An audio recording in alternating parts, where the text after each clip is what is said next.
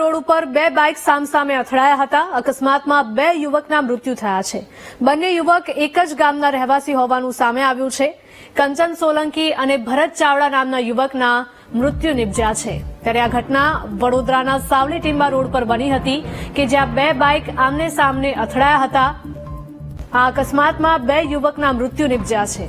બંને યુવક એક જ ગામના રહેવાસી હોવાનું પણ તપાસમાં સામે આવ્યું છે। કંચન સોલંકી અને ભરત ચાવડા યુવકના મૃત્યુ થયા છે।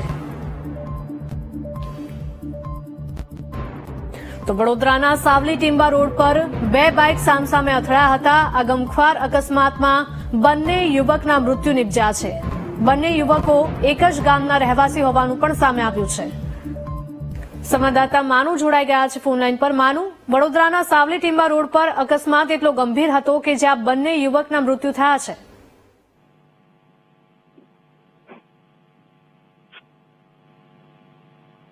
જી માનુ। હિરલ, વડોદરાના સાવલી ટીંબા રોડની આ ઘટના છે।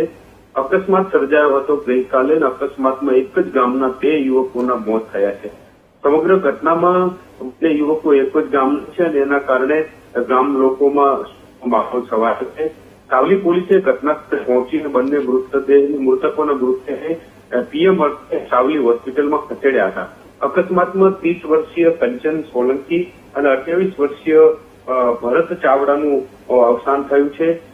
યુવક નોકરીએથી છૂટી અને ઘરે જતા હતા એ સમય દરમિયાન અકસ્માત સર્જાયો છે। ધોળેશ્વર મહાદેવ મંદિર પાસે બાઇક છે ધડાકાભેર સામેથી આવતા જે વાહન છે એ સાથે અથડાયું અને એના કારણે આ બંને યુવકોના મોત થયા છે। જી હીરા। જી બિલકુલ માનુ, આભાર।